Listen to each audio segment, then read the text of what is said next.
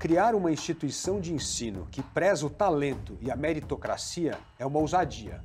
A Intel, uma faculdade de tecnologia, pretende formar jovens que vão liderar a transformação do Brasil numa área vital para o crescimento de produtividade e competitividade.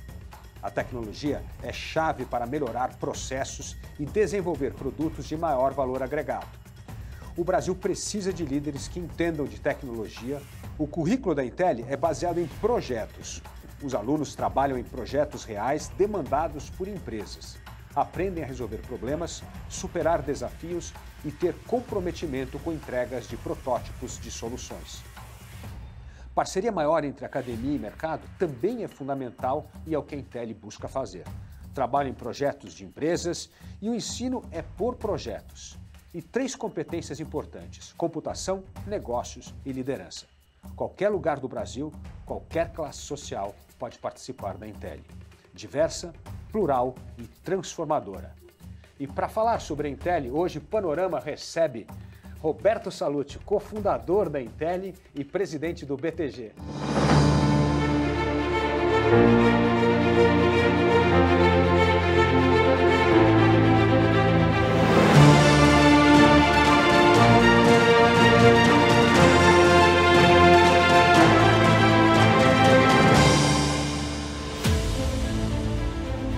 Sallouti, muito bem-vindo ao Panorama.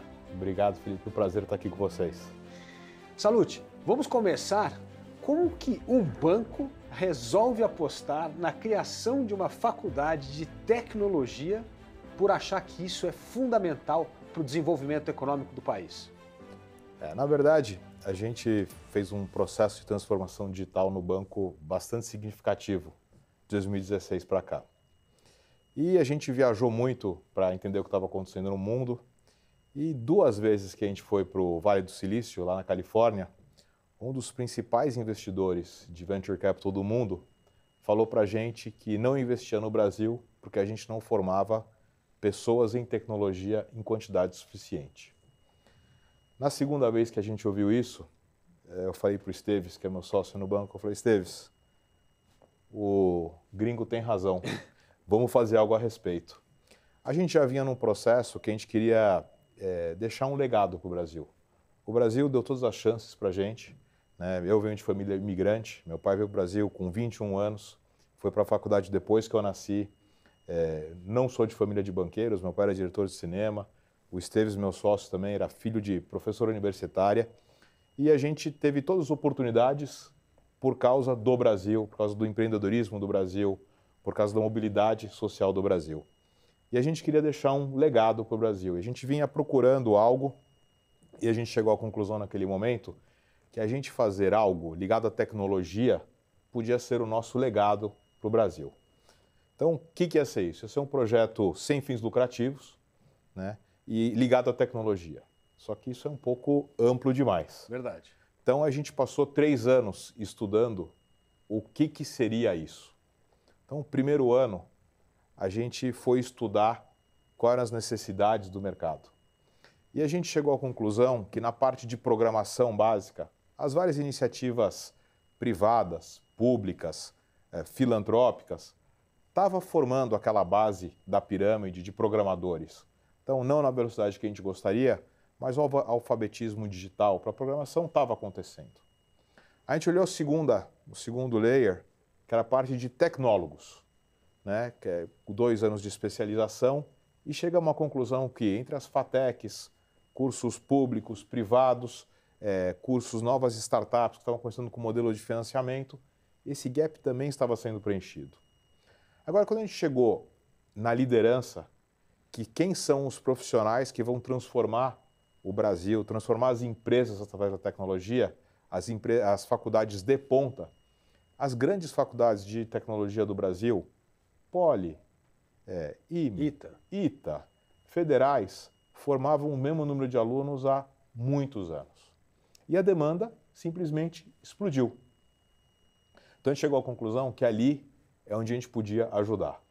Fazer uma faculdade que ia formar os líderes que iam transformar o Brasil através da tecnologia. Então, depois desse 1 ano, chegamos à conclusão, bom, é isso que a gente precisa fazer. Aí, então, 2º ano, o que isso quer dizer? quanto vai custar, como é que vai fazer. A gente passou um ano estudando e fazendo um plano de negócios. Então a gente visitou as grandes faculdades americanas consolidadas, Stanford, MIT, Carnegie Mellon, e vimos o que era um modelo de ensino tradicional. Mas era a universidade ou era uma faculdade específica de tecnologia dentro dessa universidade? A faculdade de tecnologia dentro da universidade. Certo. Aí a gente visitou o que tinha de inovador, porém comprovado. Eu acho que o caso referência para nós é a faculdade de Olin. Olin é a faculdade irmã de Babson, que é muito conhecida por business. Olin é a faculdade de engenharia, que já há quase mais de 30 anos faz um ensino baseado em projetos. E depois a gente pode falar um pouco mais, mas hoje ficou claro para mim o porquê que isso não é mais disseminado, que é muito difícil fazer. E a gente olhou o que tinha, digamos, de experimental e inovador. Minerva, Ecol 42. E chegamos à conclusão que, como a gente estava começando com uma folha em branco, a gente podia fazer algo diferente. O que era algo diferente? A gente ia usar o que tinha de mais moderno em evidências de educação. Então, classe invertida, ensino baseado em projetos. E a gente ia fazer nessa faculdade os valores que a gente acreditava. Que além de tecnologia, a gente ia ensinar negócios e empreendedorismo, ia ensinar liderança e comportamentos de liderança, comunicação, colaboração, coisas desse gênero. E a gente ia ter valores muito claros na faculdade, que depois a gente pode falar depois, que eram ética, sustentabilidade, Estado de Direito e economia de mercado. Então, acabou-se essa fase, a gente chegava à conclusão que a gente precisava ter em torno de 650, 700 alunos para atingir break-even.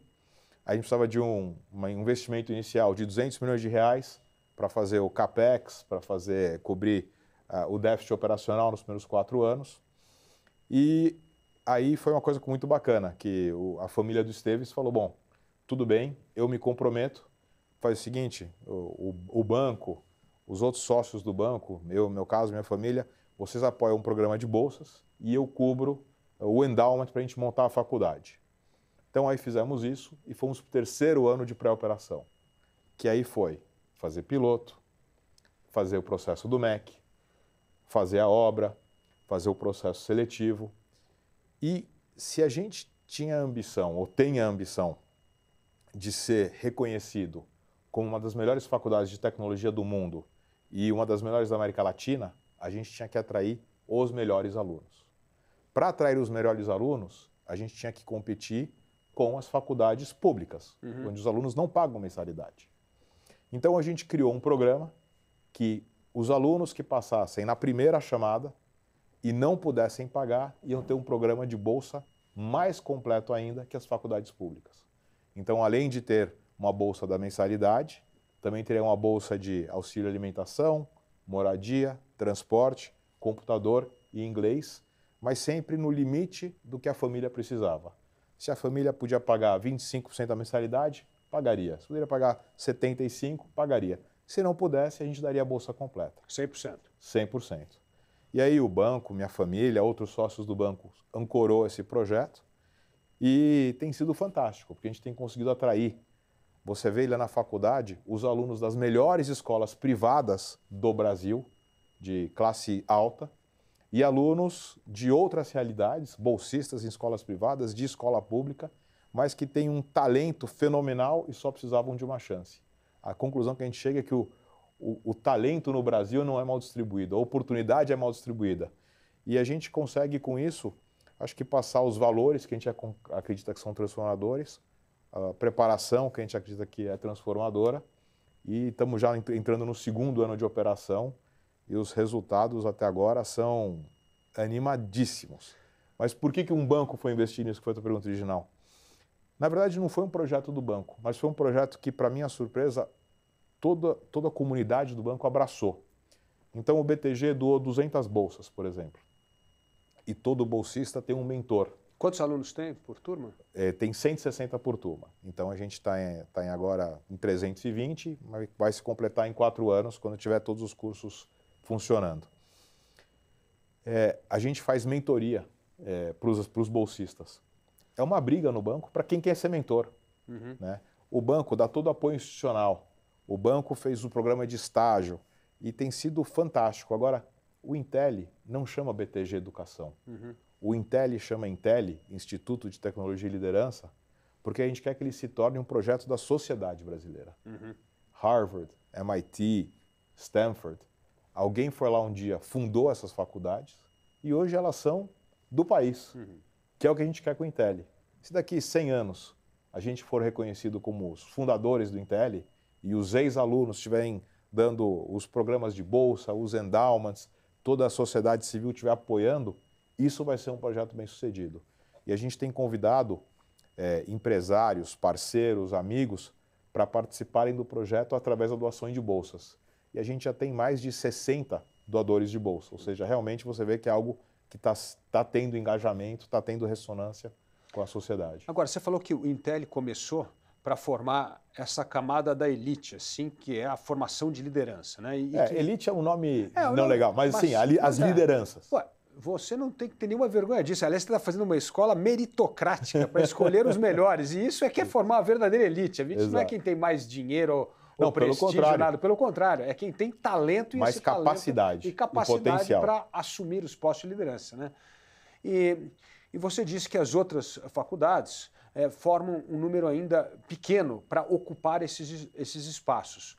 Quantos alunos a Intelli deve formar por ano? A nossa ideia é começar com 160, certo, chegar até 240 nas 4 engenharias de computação.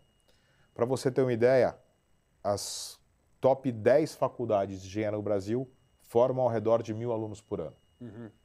Tá? Quer dizer, eles não formam, eles aceitam 1.000 alunos por ano, você tem que tirar a evasão. Certo. Então a gente estima que se forma entre 500 e 700 por ano. Certo, mas essas outras universidades, essas faculdades, elas formam pessoas técnicas, ou seja, engenheiro, alguém em computação e tal. Você vai além disso, a ideia é formar liderança também, né? São pessoas que tratam de negócio, que entendam a tecnologia, inclusive para o mundo do negócio e para cargos de liderança. Então, vamos dizer assim, é um componente um pouco diferente, né? E eu fiquei muito impressionado ao visitar o Intelli com a pluralidade de estudantes, como você disse, de classes sociais, de estados, regiões diferentes do Brasil. Realmente é uma coisa muito, muito impressionante. Então, a pergunta essa formação desses quadros, desses quadros de liderança, primeiro a ênfase é em tecnologia, mas como você está formando liderança, é para essa tecnologia ser levada também para outros setores da sociedade e não só para a cadeia produtiva? Ou seja, nós precisamos de tecnologia em governo, nós precisamos de digitalização em governo, nós precisamos de digitalização na medicina. Tem tantas áreas que nós precisamos disso. Então, o intuito é abrir o leque para essas pessoas formadas ingressarem em vários setores da sociedade? Sem dúvida nenhuma, mas isso vai depender muito mais dos desejos dos alunos, dos estudantes, do que de nós. Mas como que nós fizemos? O MEC tem as diretrizes curriculares do que são os cursos de tecnologia. Isso é, grosso modo, 60% do nosso currículo.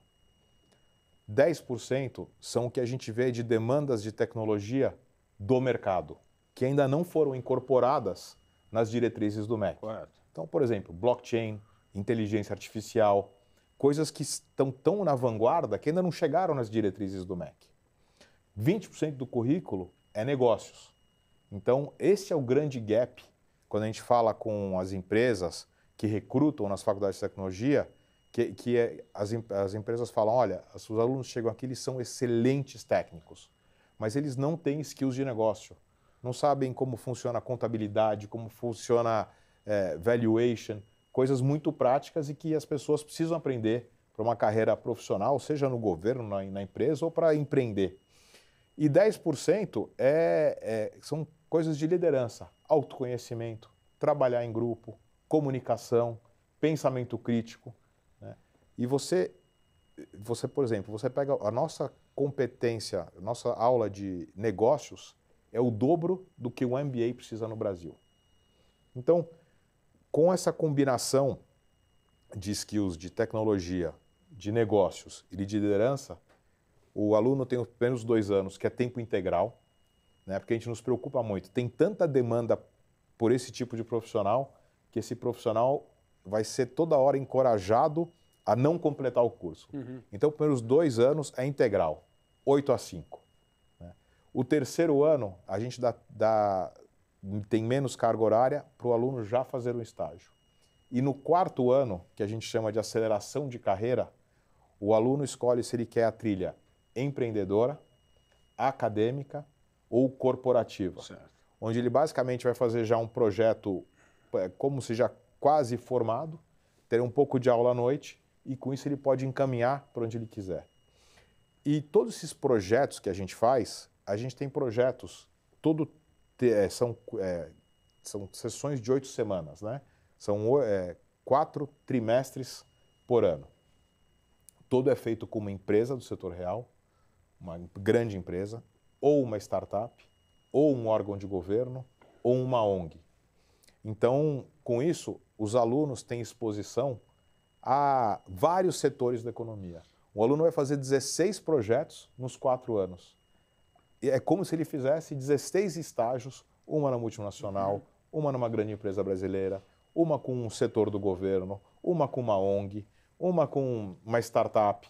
E com isso ele vai ter conhecimento para saber como ele quer transformar a vida das pessoas no futuro. Mas, ô Salute, é interessante que o modelo todo acadêmico é por meio de projetos, como você falou. Agora, projetos é um enorme desafio. Lógico que é muito fascinante, excitante para um aluno, mas como adequar a parte curricular, acadêmica, com a entrega do projeto, ou seja, a demanda daquele projeto, é algo muito desafiador. Então eu queria que você explicasse um pouco o modelo de projeto e também como preparar o professor para esse tipo de coisa. É que você ter projeto não quer dizer que você não vai ter aula. Mas por que eu cheguei à conclusão? Assim, eu tinha, obviamente, os especialistas acadêmicos que nos assessoraram tinham convicção do modelo. Eu que fui criado em outra... eu ia em aula, palestra, né? Eu não fui formado assim. Então eu tinha dúvida se ia funcionar. A gente olhou tudo que tinha de sistema, de tecnologia para apoiar isso. E chegamos à conclusão que nada era do que a gente queria. Então a gente montou o nosso próprio sistema de tecnologia. Então como é que funciona isso? O aluno começa o dia com autoestudo. Ele chega lá todo dia, ele tem o que ele tem que fazer, ele move como se fosse um Kanban, porque ele está fazendo, aí ele move para feito. Isso pode ser uma leitura, uma atividade, uma solução de problemas, e aí o professor vai lá e dá uma nota. Dentro disso, além do autoestudo, o aluno tem a parte de aulas. Então ele vai lá, aula de cálculo, aula de contabilidade, aula de estatística, a mesma aula que nós fizemos. Qual que é a diferença? Depois ele vai para o projeto. Então o aluno tem uma aula sobre vetores e logo à tarde ele vai lá e ele aplica o porquê que ele aprendeu vetores dentro do desenvolvimento de um game digital. Aí ele aprende estatística e ele usa essa estatística para fazer o modelo preditivo usando inteligência artificial. E o curioso é que dado esse sistema que foi desenvolvido, o professor sabe onde o aluno está no seu desenvolvimento diariamente. Ele não precisa esperar uma prova. Se o aluno tinha que ter feito uma leitura e ele não moveu a cartela, se ele tinha que ter feito um trabalho, não entregou e não foi avaliado, o professor consegue atuar rapidamente, entender se está tendo algum problema emocional, algum problema de motivação, algum problema de dificuldade de compreensão, atuar para tentar fazer com que o aluno consiga performar que nem o esperado. Então, a minha conclusão é que esse ensino baseado em projetos só não é mais usado porque a gente não tinha a plataforma tecnológica e a gente não conseguiu organizar as competências em projetos. A gente está acostumado a organizar as competências em matérias. Né? Então, estatística 1, finanças 1, e cálculo e por aí diante. A gente pegou todas essas competências e a gente botou em projetos.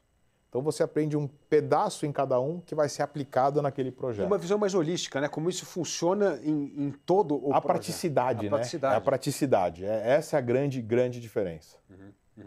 Ô Salute, é interessante isso que você está dizendo, essa visão que tiveram para fundar a Intelli. era muito similar com a do ITA.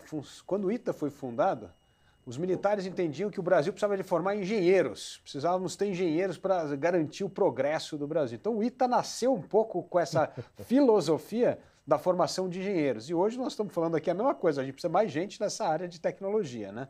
Mas esse hiato entre quando isso foi pensado lá atrás e hoje nunca diminuiu. Pelo contrário, o Brasil está ranqueado entre os piores países do mundo no ensino não só de línguas, português, mas de matemática, principalmente matemática. Os nossos indicadores no PISA são os mais baixos do mundo. Então, como resolver a questão, um pouco antes do Intelli, da educação básica nessa área de exatas, principalmente de exatas? Nós temos coisas extraordinárias, por exemplo, a Olimpíada de Matemática no Brasil é a maior Olimpíada de Matemática do mundo.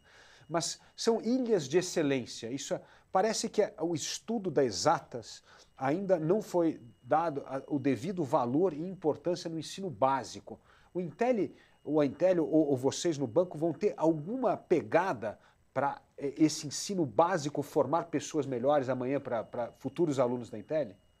É curioso que você fez essa pergunta, porque por que a gente escolheu começar com uma faculdade de graduação? Eu, como do mercado financeiro, adoro uma opção de graça. E você, começando com uma faculdade de graduação, focada em formar os líderes, você abre muita opcionalidade. Opcionalidade para dar sustentabilidade financeira e para ter impacto como país. Então, e a gente está exatamente no momento fazendo duas iniciativas em piloto, uma para sustentabilidade financeira e outra para impacto. O que a gente está fazendo para sustentabilidade financeira? Curso executivo. E a gente está fazendo 2 pilotos. Um para CEOs de grandes empresas, que todo CEO está olhando e falando de inteligência artificial, data analytics, blockchain, como é que isso vai me afetar, como é que eu descubro, como é que eu aprendo. Então, sessões para ajudar esses CEOs a se atualizarem. A gente está fazendo um curso mais técnico para, digamos, a turma gerencial, os gestores nível médio, em aplicar ciência de dados na tomada de decisão. E aqui a nossa ideia é que esses cursos tenham margem de contribuição positiva para a gente poder cobrir o déficit operacional das operações da faculdade. Então, essa é uma opção. E um segundo piloto que a gente está fazendo é que agora com o novo currículo do ensino médio, você pode ter eletivas. Então, a gente está começando a pilotar um programa de eletiva em tecnologia para as escolas do ensino médio, que é justamente ajudar no pensamento de lógica, no pensamento matemático, porque é isso que vai precisar no futuro. Tanto que o nosso processo seletivo, para ele ser mais abrangente, a única parte acadêmica que a gente mede dos alunos é lógica e matemática. A gente não faz um vestibular que o seu aluno é excelente em exatas, mas ele não teve a oportunidade de estudar história, ele não passa. A gente começa com a primeira parte, que é uma prova eliminatória de lógica e matemática. Depois a gente vai para a parte de perfil. Me conte de onde você veio e onde você quer chegar. Me conte as dificuldades, exemplos de resiliência, o que você quer fazer no mundo e me fale as suas honras e meros extracurriculares. Mais de metade dos nossos alunos são medalhistas em Olimpíadas de Matemática ou Ciências no ensino médio. E, finalmente, a gente faz uma última etapa do processo seletivo, que é o perfil, que é uma entrevista, uma dinâmica de grupo, onde a gente avalia comunicação, colaboração e pensamento crítico. A gente não vai conseguir fazer um trabalho em projeto se a pessoa não consegue se comunicar, se o aluno não consegue trabalhar em equipe. Então você consegue com isso fazer uma avaliação bem 360 do aluno e por isso que sinceramente, acho que a gente acertou tanto na seleção dos nossos alunos. Agora, ô Salute, tem um desafio. Nós vivemos num país, você disse que o país deu muita oportunidade a você, ao André Esteves, para crescer, prosperar, mas era um país que crescia. Hoje o país não cresce.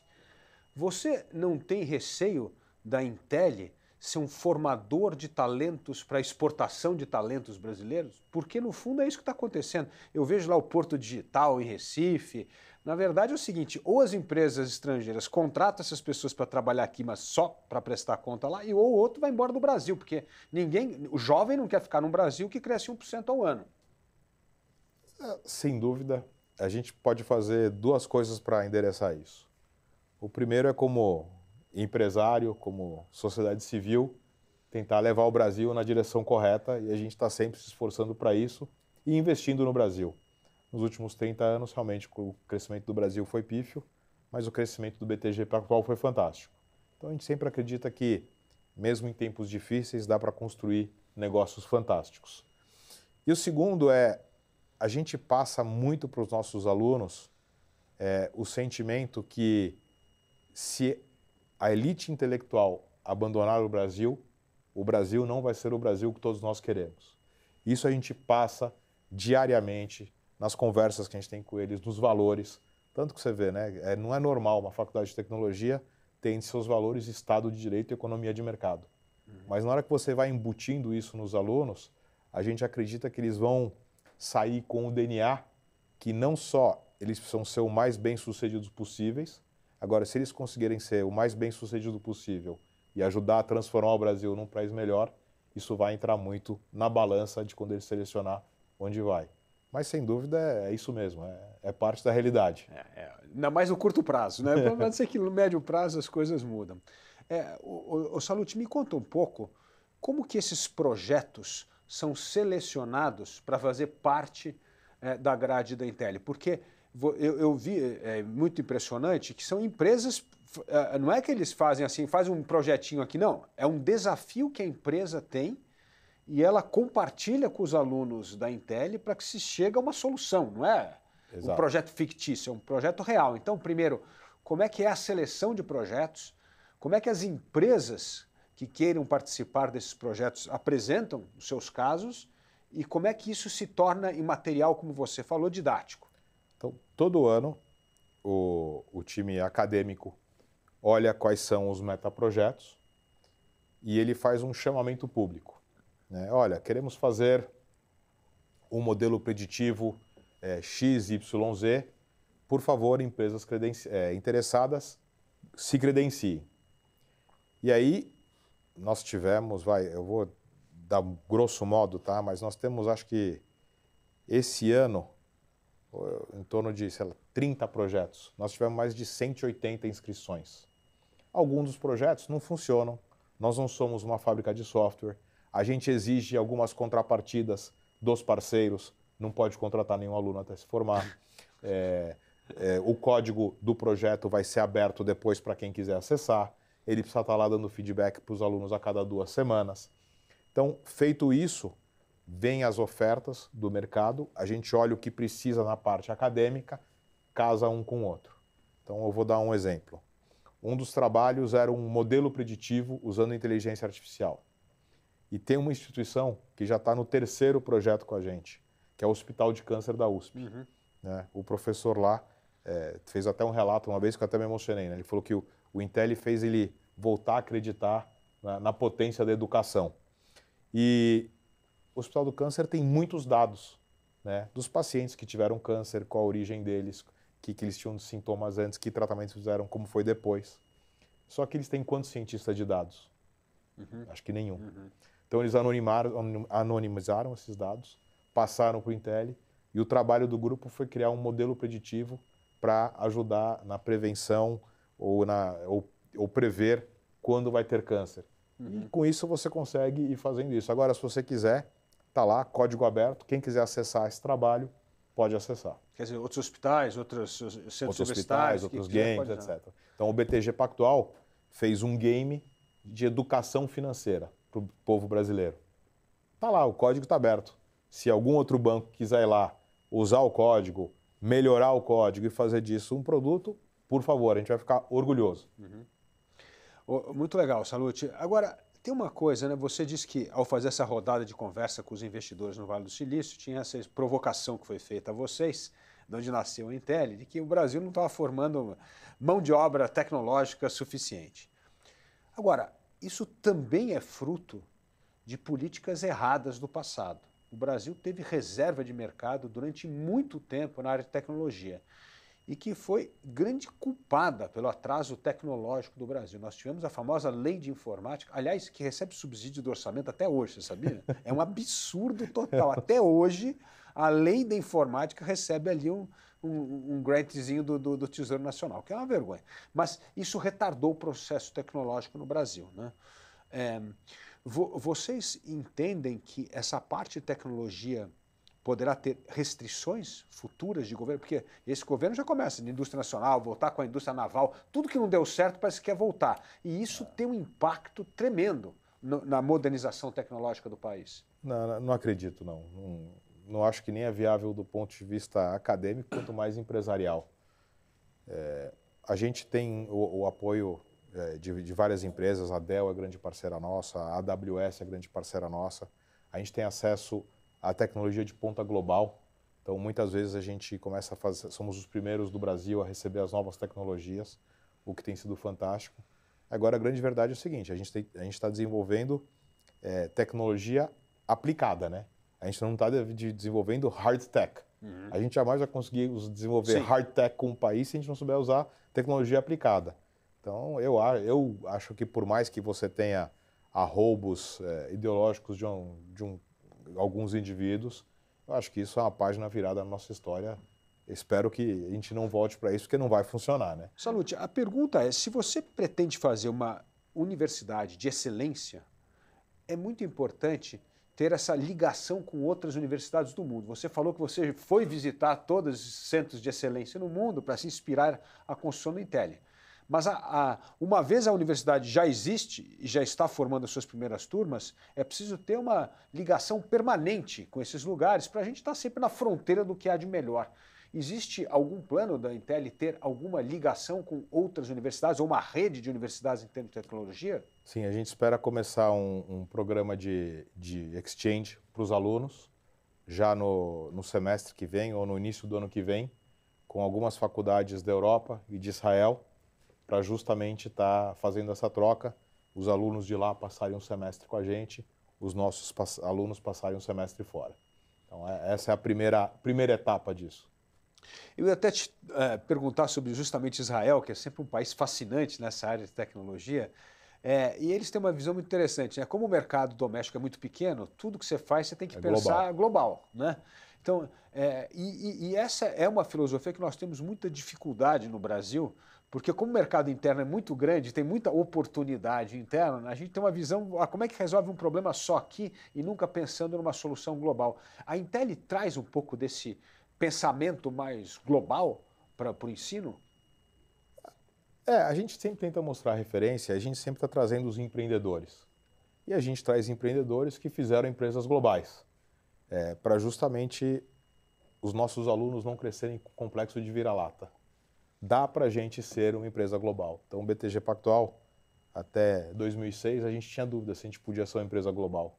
Hoje eu tenho convicção que a gente pode ser uma empresa de excelência global. Agora, isso passa por todo um processo de mindset, que nem você falou. E no fundo, eu acho que o problema é que muitas vezes os problemas do Brasil são tão específicos que você não consegue aplicar eles em outros lugares do mundo, né? Agora, você vê empresas brasileiras caminhando globalmente, principalmente nessa nova geração de tecnologia. Então, sim, é uma coisa que a gente está sempre trazendo convidados para inspirar e servirem de referência para os nossos alunos. Pensando nesse perfil, talvez uma área que nós mais precisamos hoje de tecnologia é justamente o governo, né? Eu dou um exemplo fantástico na Índia, que criou um programa que era o Aadhaar, que é praticamente um programa que todo cidadão, por reconhecimento de íris, tem acesso a todos os programas sociais. Isso diminuiu corrupção, diminuiu burocracia, diminuiu intermediação de pessoas do governo e deu uma agilidade inacreditável. São quase 1 bilhão de pessoas já com sua íris registrada e dali recebem desde o Bolsa Família, atendimento médico, e é um espetáculo. Como essa parte da Intel pode ajudar nessa parte da modernização do governo, na digitalização do governo, que foi algo que começou até no passado, mas precisa avançar muito mais para nós quebrarmos a espinha dorsal de um Estado caro, ineficiente e altamente burocrático. Nos últimos 6 anos, acho que o gov.br tiveram muitos serviços que foram incluídos lá, E, sinceramente, assim, você olhando do lado de fora, você fala, não é possível que a gente não tenha uma base de dados que tenha desde a ficha médica, ficha todos os dados da pessoa lá, para que você consiga ter realmente a maior eficácia das políticas públicas. Como o Intelli pode ajudar?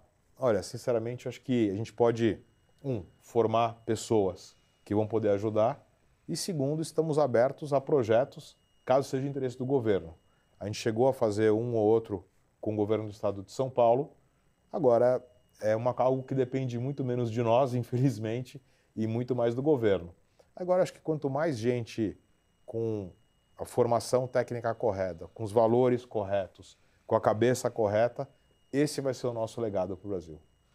Qual é o maior desafio que você vê para o Brasil nos próximos anos para melhorar o ambiente de negócio e criar oportunidade para essa turma do Intelli sair da universidade formada, empreender e ficar no Brasil e não ir para fora? Olha, eu te diria que, pela minha conversa com os investidores internacionais recentemente, a insegurança jurídica e tributária é o maior agressor hoje em dia a você atrair os investidores, ao empreender no Brasil, né? Você toma o Pedro Malan já dizia que o Brasil é o único país do mundo onde o passado é incerto. Infelizmente, ele parece estar ficando cada vez mais incerto.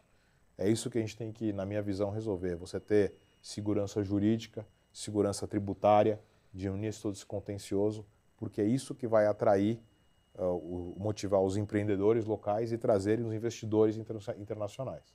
É muito interessante isso que você coloca, Salute, porque é a reclamação generalizada de todo mundo. Mas por que a sociedade civil, o mercado, os empresários não se unem em torno dessas duas bandeiras que você vem dizendo? Melhorar a segurança jurídica e fazer reforma tributária. A reforma tributária, você sabe melhor do que eu, a briga de setor, serviço, briga, indústria... Eu te diria que não é nem reforma tributária, porque a reforma tributária envolve interesses de todos, cada um tem a sua reforma tributária. Eu acho que é insegurança tributária, que a lei é a lei e ela não pode ser interpretada individualmente por cada um do jeito que quer, né? Então, é uma boa pergunta. Eu acho que é algo que realmente talvez esteja na hora da gente fazer um movimento que envolva Congresso, Judiciário, empresariado, Executivo, para justamente diminuir a insegurança jurídica e a insegurança tributária. Porque uma vez que está ali, você sabe qual é a regra, né? Eu nunca me esqueço, mas a gente está abrindo um negócio na Inglaterra, a gente estava abrindo a nossa gestora, a gente estava com uma dúvida da interpretação. A gente mandou uma carta para, era na época, Her Majesty's Royals and Customs, perguntando qual que era a interpretação.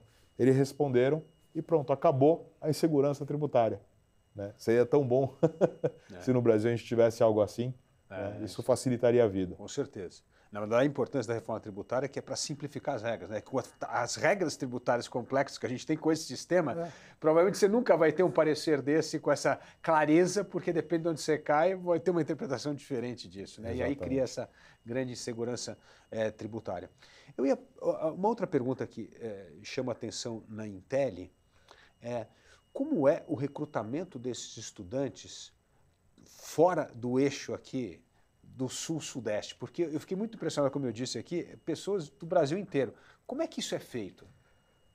A gente nasceu na pandemia.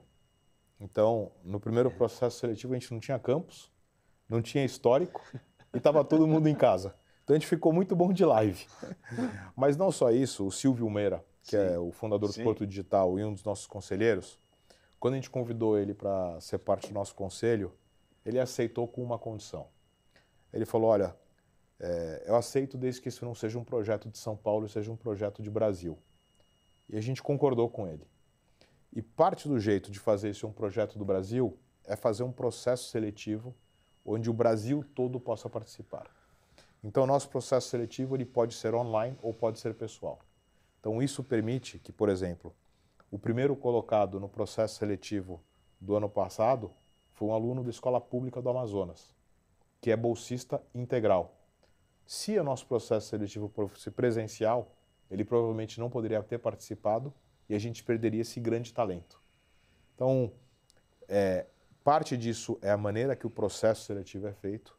E o segundo é que a gente gastou um esforço, a gente tem gastado um esforço muito grande transmitindo a mensagem, construindo reputação. Então eu vou todo mês, 1 ou 2 vezes por mês, e levo um grupo de empresários para conhecer o Intelli. A gente faz parceria com várias instituições que ajudam a mapear os melhores alunos pelo Brasil. E na medida que todos vão entendendo o projeto, o programa de bolsas, você acaba atraindo gente do Brasil todo. E como atrai os bons professores? Porque é um sistema completamente inovador. Também tem uma novidade para os professores se adequar ao novo método da Intelli. E não é só o método, né? A gente tem um dos nossos princípios, é que os nossos professores têm que gostar de aluno, que não é algo óbvio, né?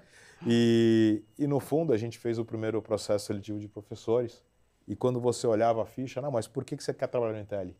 Porque eu quero justamente sair desse modelo tradicional. Eu quero justamente fazer algo que possa impactar a vida dos alunos. Você tem que achar professores que tenham a mesma filosofia. E no fundo, a gente está super feliz que os professores também estão super felizes. E no processo que eu te falei lá do sistema educacional, os professores avaliam os alunos. Só que os alunos avaliam todas as atividades, inclusive as aulas dos professores, inclusive os exercícios. E com isso a gente tem um feedback contínuo que a gente pode estar sempre melhorando a experiência educacional. Espetacular. A gente está tentando usar o que tem de mais moderno do ponto de vista de gestão empresarial também na gestão educacional. E é interessante que o campo da Intelli está dentro da USP, né? Da cidade universitária. Da cidade universitária. Do IPT. Do IPT. E é uma coisa interessante, porque ali tem uma ilha de meritocracia, formação de talento, e a USP continua, infelizmente, tomada por uma burocracia gigantesca, né? E raramente a USP está entre as 100 maiores universidades do mundo. Como é que é essa relação do Intelli com esse campus? Você disse, deu um ótimo exemplo aqui do próprio hospital da USP procurando a Intelli, mas tem outra relação com outros departamentos da Universidade de São Paulo? Não, com a USP a gente tem os alunos têm muito relacionamento com os alunos da Poli. Certo. Né, até pela proximidade, eles até têm dormitórios que têm alunos das 2 faculdades, mas a gente tem muito relação mais com o IPT. Como é que surgiu isso? Na parte do governo Dória, com a Patrícia Ellen, eles queriam formar o CIT, né, Centro de Inovação e Tecnologia de São Paulo. Qual que era o projeto? Era começar com o IPT Open, dentro do IPT, atravessar a avenida, fazer um centro de inovação e tecnologia para depois ir para o CEAGESP. E quando a gente estava com o projeto do Intelli, a gente estava praticamente com um prédio alugado em Pinheiros. Quando o governador Dória ligou para a gente, falou, pô, queria muito que vocês fossem conhecer, é um projeto legal, o lugar é fantástico. E, sinceramente, eu falei, tá bom, eu vou por educação, mas nem pensar. Até a hora que eu cheguei no campus. É um galpão de 1902, numa área de Mata Atlântica preservada, que se você ficar quieto, você não ouve nem carro, nem avião. Assim, um lugar único, um ambiente fantástico educacional, dentro do ambiente do IPT, e a gente acho que foi lá para ajudar a desenvolver o IPT Open. E, por exemplo, desde que a gente foi para lá, o Google está indo para lá e vai levar mais 400 engenheiros para lá. Então está ajudando a formar esse hub de tecnologia e inovação, junto com o IPT, o Intelli, agora a Google Engenharia, e com isso a gente vai conseguindo trazer gente focada no sistema de inovação e tecnologia. Tomara que isso contamine a USP, porque um dos grandes desafios, não só da USP, mas de outras universidades públicas no Brasil, é justamente o que vocês estão fazendo, essa ponte com o setor privado. Nós precisamos ter mais uma ligação mais íntima entre o setor privado e o conhecimento acadêmico, né? Eu acho que essa é uma das coisas que não pode ser, o mundo acadêmico não pode ser um silo à parte da sociedade, ele tem que fazer parte da sociedade. E eu espero que isso aí sirva de inspiração para a USP também mudar o seu olhar em relação a essas parcerias com o setor privado. E a gente tem ali uma política muito de portas abertas. Então, mais de 30 instituições, o IME, o INPA, a Fundação Dom Cabral, todo mundo, quando olha o que a gente está fazendo, fica intrigado.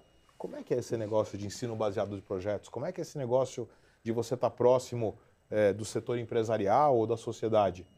E A nossa vontade é impactar o Brasil positivamente o máximo possível. Então a gente é sempre portas abertas. E agora existe até algumas demandas para a gente talvez licenciar o software, que a gente está pensando seriamente. E se a gente continuar desenvolvendo o software, pode ser algo que ajude a educação no Brasil e pode ser algo que para nós seja uma linha de receita interessante para que a gente possa ampliar o nosso impacto e os nossos resultados.